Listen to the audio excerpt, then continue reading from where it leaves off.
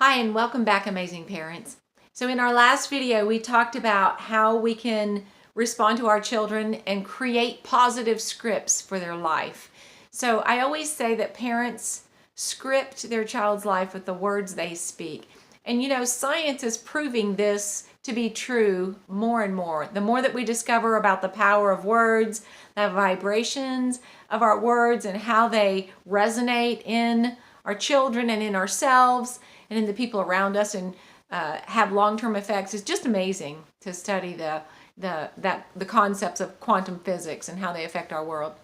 So, but you know, the Bible has always told us these things. We're just understanding the science behind them now.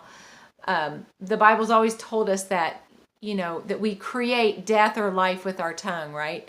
That the power of death and life are in our tongue. And it says that the man who loves the fruit of his lips will eat it. So basically, there's an old saying that says you'll eat your words. Another way to say that is whatever you speak out, that's what you're going to get back. And it's so true when it comes to raising kids. So as Christians, you know, we've talked about the tree of life and the tree of the knowledge of good and evil back there in the garden. And that really we live every day from moment to moment from one of those trees. Those two trees correspond to the old covenant, the new covenant, the flesh and the spirit. So the tree of life is where we find grace, where we find life, where we find joy, peace, forgiveness, mercy, abundant life, abundance, just all the good things that Jesus came to restore that were lost when Adam and Eve ate from that other tree, the knowledge tree. So when we parent from an outward behavior, looking at our children's behavior rather than speaking life over them, then that's when we get into trouble. So the words of our mouth, we want to speak life, not death.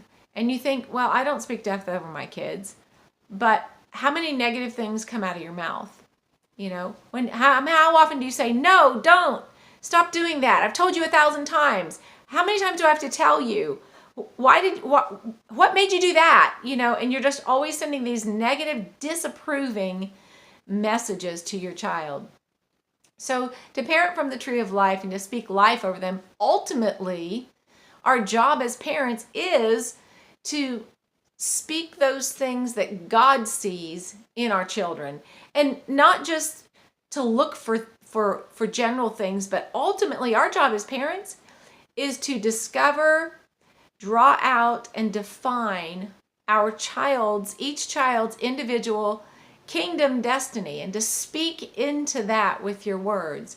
So it's the operative from the tree of life is faith. So we have to see with eyes of faith, and we have to connect with the Spirit of God so that we can see into the heart of God for our children, see the God inside of our child, because each of us comes into this world with a specific part of God's heart to express to the world.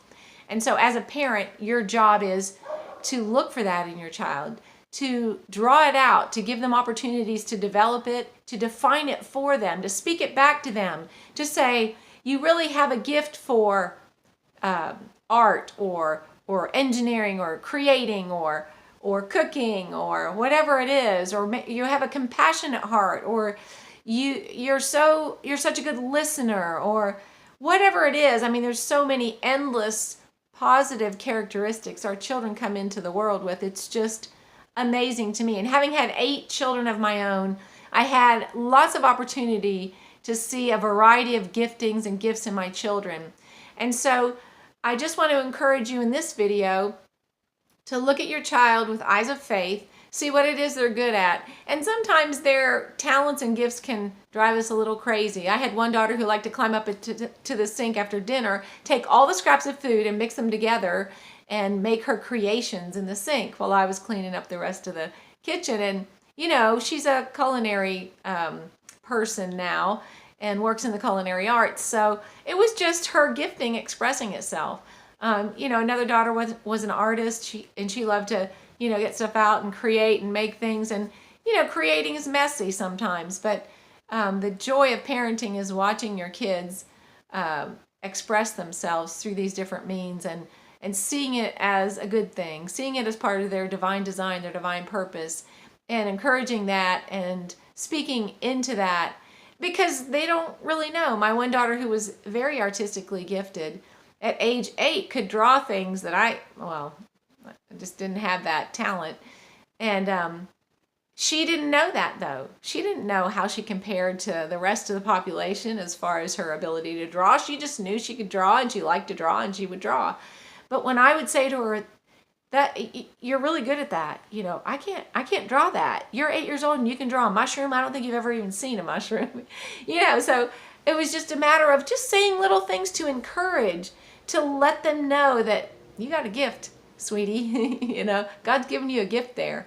So anyway, I just want to encourage you to be that voice of God in your child's life, to look for what it is God has put in them that makes them unique and special, that indicates perhaps the direction that their kingdom purpose will take them in, and encourage that. We definitely don't want to stuff our kids into our own ideas of what they should be, but to look and see what it is that God has created them for, and to speak life over that, and to water it with the water of your words, and encourage them and be a positive voice, so that they will fulfill their kingdom destiny, because that's when we will take over this world, when we're all fully functioning in our God-given destiny. So until next time, go raise some amazing kids, and we'll talk soon.